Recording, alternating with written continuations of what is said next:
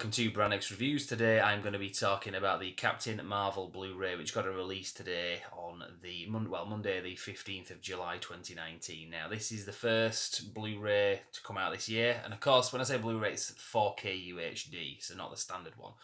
But it's the first film to come out on home video release this year. The last film, and obviously the last video that I did like this, was Ant-Man and the Wasp, which was last year, last December. So it's been a bit of a gap between films. When you kind of consider that they bring out 3 in a year, that's pretty much the biggest gap that you'll experience. There's a reason I'm not playing anything on the TV screen yet, but I'm going to get to that. So, just to recap, on the channel I have done reviews of the entire MCU Blu-ray collections. Started doing these reviews back in 2013 when I first started the channel. So it's kind of tradition really to talk about the latest home video release when it comes out in the UK. I realise some countries get these earlier than us, but whatever. I don't live in those countries, so there you go. So what I'm going to do is just very quickly go into what's on the thing in terms of extra features. I'm not going to get into the specifics about languages and subtitles because that's boring as hell. And you can look that up if you're that desperate. Sometimes people say you should say this. Whatever. I'm going to talk about the extras. I'm going to talk about what I want to talk about. First off, let's just start the thing up because it's been quite interesting when the disc loads and obviously the menus come up. Before you get to that, usually you'll get a loading screen, all tofu jokes aside. Now the thing's just going to load up here. You get a kind of standard thing. I don't know if you can see it, but it'll appear in a second. Usually you'll just get like a studio logo or something along those lines. You kind of get that on this, but as the discs turn in and obviously the data is loading, you get the standard kind of stuff here. Let's just select language, English. I'll give that a moment to come to life anyway. But some of the little things that they throw in with Blu-rays and going back to when they used to do DVDs, they call them Easter eggs in a lot of cases. Some of these things are hidden, some of these things are just openly featured on the disc. So I'm going to cover a few things like that. So obviously the thing, while that's loading, the thing comes in the usual slip case that you get. All of the 4Ks that I've had for the new films have had this, so you can see that's the basics of it. You can't read on there what the extra features are. If you want any specific information, hopefully the definition is good enough for us to see it. Hopefully that thing I was telling you about is going to load up. Here we go. So basically the device is trying to establish a connection and it loads up like a kind of Windows 95 dial-up connection, which is kind of, if you've seen the film you'll get the joke there. Obviously it was set in the 90s. Can't believe I just waited like all that time just to show you that. But anyway, yeah, this is the standard Blu-ray disc, because as usual with these films you get 2 discs, as you can see here. So there's the 4K UHD and then there's the standard Blu-ray. I think they do that because a lot of people aren't very confident in the format. Maybe they think it's going to be like this generation's Betamax or something like that. I don't know. So what they do is they throw 2 discs in. Obviously the Blu-ray's playing now, that's why that's not in here. And this is the 4K disc as well. The reason I've put the Blu-ray in is because I want to show you the extra features. So let's go through that anyway. So if we go on to the bonus features, it is a bit disappointing. I'm not going to lie. I wasn't even going to do this video, to be honest, because there was so little to talk about. So bonus features, you've got your featurettes. There's a few of them, and they only last in total about 23 minutes, something like that. So there's Becoming a Superhero, Big Hero Moment, The Origin of Nick Fury, The Dream Team, The Skrulls and the Kree, and Hysterical Catitude, which is about the Flurkin goose. The Flurkin, if you've seen the film, you know what that means. So you can kind of get from the titles of those what they're all about. So those are just the featurettes. You can play them all together. When you play them all together, it's about 23 minutes. Deleted scenes, about 8 minutes worth, something like that. Quite interesting stuff.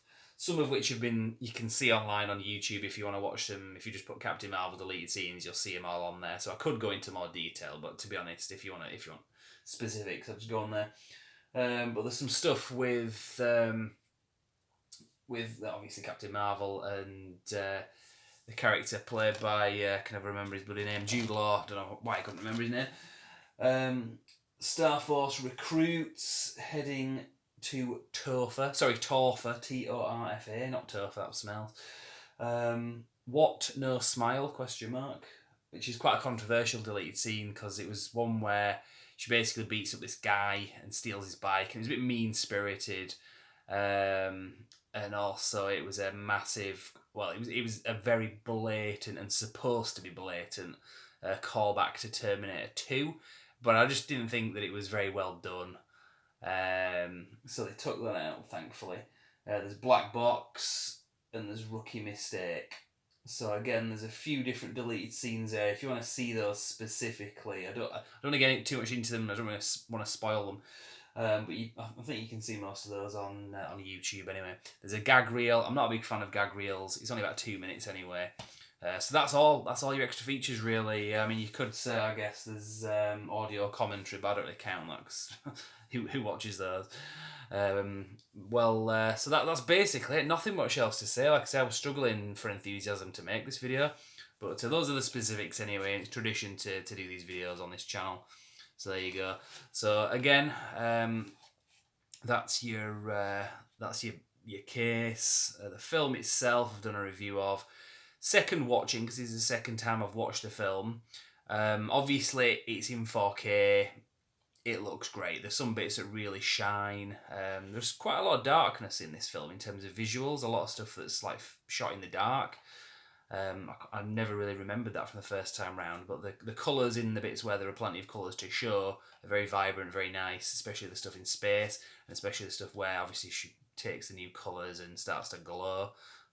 Really does kind of stand out. Depends on your TV and your settings as to whether you'll agree with that or not, but I got two 4K TVs and they both have differences to them, so I do realise my experience might not be the same as yours when you're watching this. But what else was I going to say? Yeah, second viewing of this film.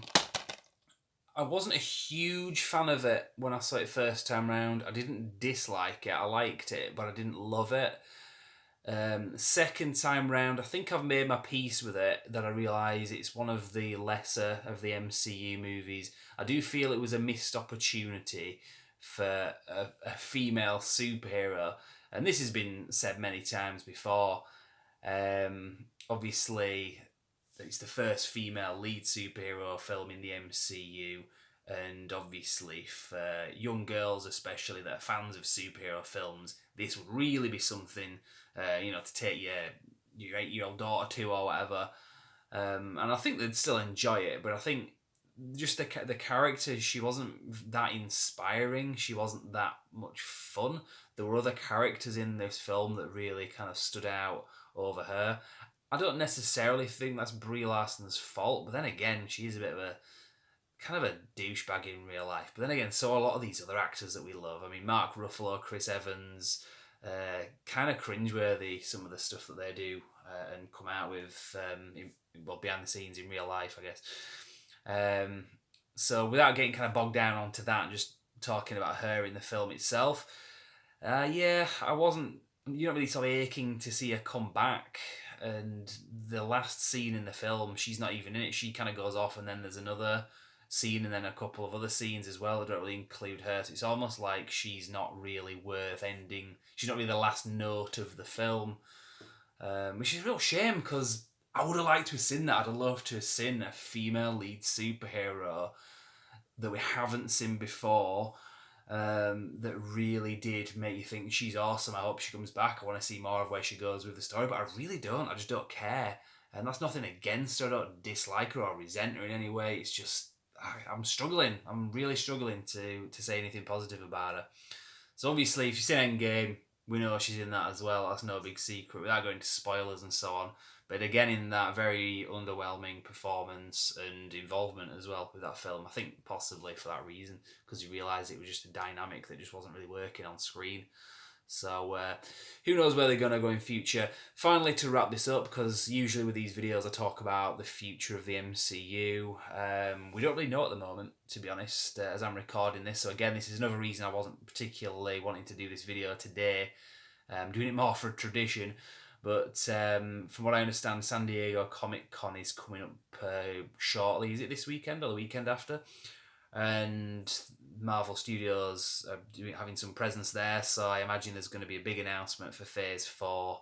A lot of the films that are coming out in Phase 4, we can guess. I mean, I don't think this is going to be as ground shattering as when they did the Phase 3 announcement back in, was it October 2014? When they announced pretty much everything from Civil War up to Avengers Endgame, or Infinity War Part 2 as it was called at the time.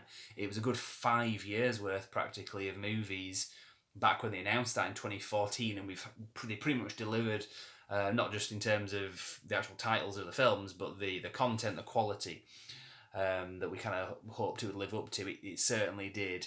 And there wasn't much change to that schedule. Obviously, the added Spider-Man in Humans was pretty much relegated to TV, movie and series, but I don't think that the Phase 4 announcement is going to be quite as exciting in terms of surprises, because we pretty much can guess a lot of these films that are coming out. So if, let's say, this Phase 4 is going to have 8 or 9 movies, we know there's a Black Widow movie, or from what I understand there is, because that's in production now. It's coming out sort of early next year.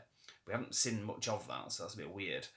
I don't think there's going to be any more Ant-Man movies, so we can rule out. Guardians of the Galaxy Volume 3, so that's 1. There's going to be a Black Panther 2, a Doctor Strange 2, another Avengers movie, another Captain Marvel movie. I think there's going to be an Eternals movie. That's not confirmed at all. But, I mean, that's like 6 movies you can pretty much guess at right there. So, who knows really what else they're going to throw into the mix with all that.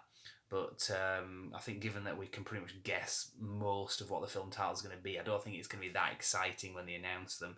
But who knows? We could be surprised. I'll probably talk about it when it comes out, when that information comes out. But I feel like I'm rambling a bit now anyway, so I'll pretty much leave it there. So that's your Captain Marvel 4K UHD Blu-ray review, without getting into the technical aspects of it, because that information's available elsewhere. This is just my feelings on the best parts of the thing, which isn't much, because unfortunately they haven't put many extra features on there, so there's not much to talk about. Previous films, especially the very early ones, they used to just put an absolute wealth of extra features on there, and used to go out of the way to record what were called the Marvel one-shots. They've even done similar stuff in recent movies. I think Thor Ragnarok had some like sort of short film type stuff that they threw on there that's supposedly canon, where you've got characters from the films like appearing, and you can only watch these as a supplemental part of the home video Blu-ray or DVD, whatever. So it's sad that they don't really do that as much these days, because they were quite exciting to get hold of as well. So yeah, I guess that's just the way things are going with physical media anyway. It's a bit of a shame.